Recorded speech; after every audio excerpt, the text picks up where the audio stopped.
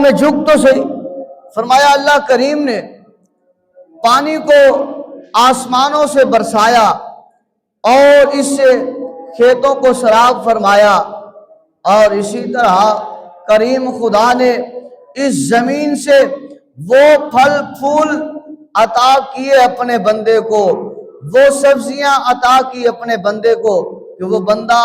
ان کو کھا کر لطف اندوز ہو کر اس خدا کا جتنا شکر ادا کرے، جتنا شکر ادا کرے وہ اتنا کم ہے۔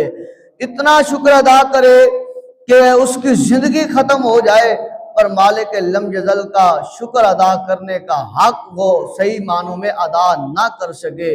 اس قدر کریم خدا کو یاد کرے، اس کا شکر ادا کرے، بار بار ہر لمحہ، ہر وقت، ہر گھڑی، ہر منٹ، ہر سیکنڈ اللہ تبارک و تعالیٰ کو یاد رکھے، اور اسی طرح فرمایا بلکہ ہر سانس کے ساتھ اس کریم خدا کو یاد رکھے۔ فرمایا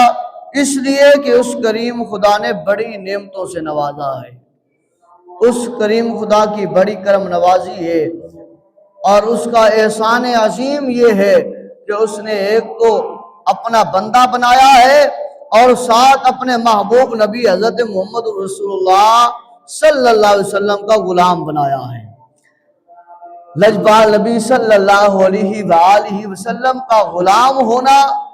لجپال نبی صلی اللہ علیہ وآلہ وسلم کی غلامی میں شامل ہونا، یہ اتنا بڑا اعزاز ہے، اتنی بڑی اللہ کی کرم نوازی ہے، اتنا بڑا احسان ہے کریم خدا کا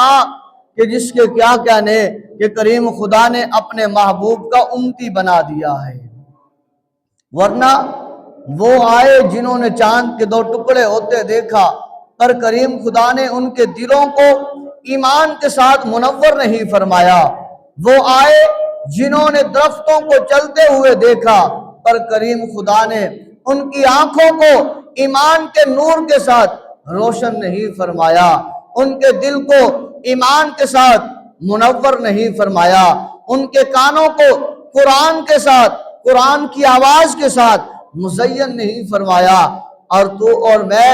اتنے خوش نصیب ہیں کہ جس کریم خدا نے ہمیں پیدا کیا ہے اور جس گھر میں پیدا کیا ہے، جس ملک میں پیدا کیا ہے، الحمدللہ ہم پیدا ہوتے ہی ہمارے کانوں میں اذان اور ہمارے کانوں میں تکبیر، اور جب بولنے لگے تو ہماری زبان پر یا اللہ اور یا رسول اللہ، یا اللہ اور یا محمد، یا اللہ اور یا نبی اللہ، یہ ترانے گونجتے ہیں اور انشاءاللہ گونجتے رہیں گے، اور ہماری زبان پر قرآن کی روانگی ہے۔ کبھی ہم الحمدللہ رب العالمین پڑھتے ہیں، تو کبھی ہم الف لام میم ذالک الکتاب لا ریب فیہ پڑھتے ہیں، تو کبھی ہم سیقول السفہاء من الناس ما ولاھم عن قبلتہم التی کانوا علیہا قل للہ المشرق والمغرب یہدی من یشاء الی صراط مستقیم پڑھتے ہیں،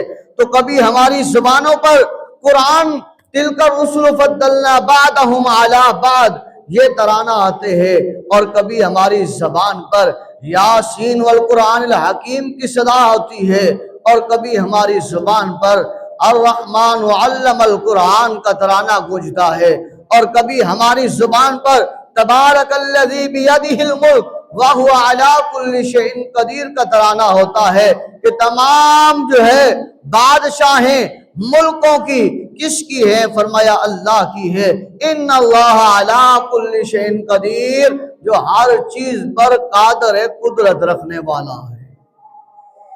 تو الحمدللہ یہ اللہ کا احسان عظیم ہے۔ یہ ہم مسلمان ہیں کہ ہم اس پیغام کو بھول چکے، اس وقت کو بھول چکے، اس درس کو بھول چکے،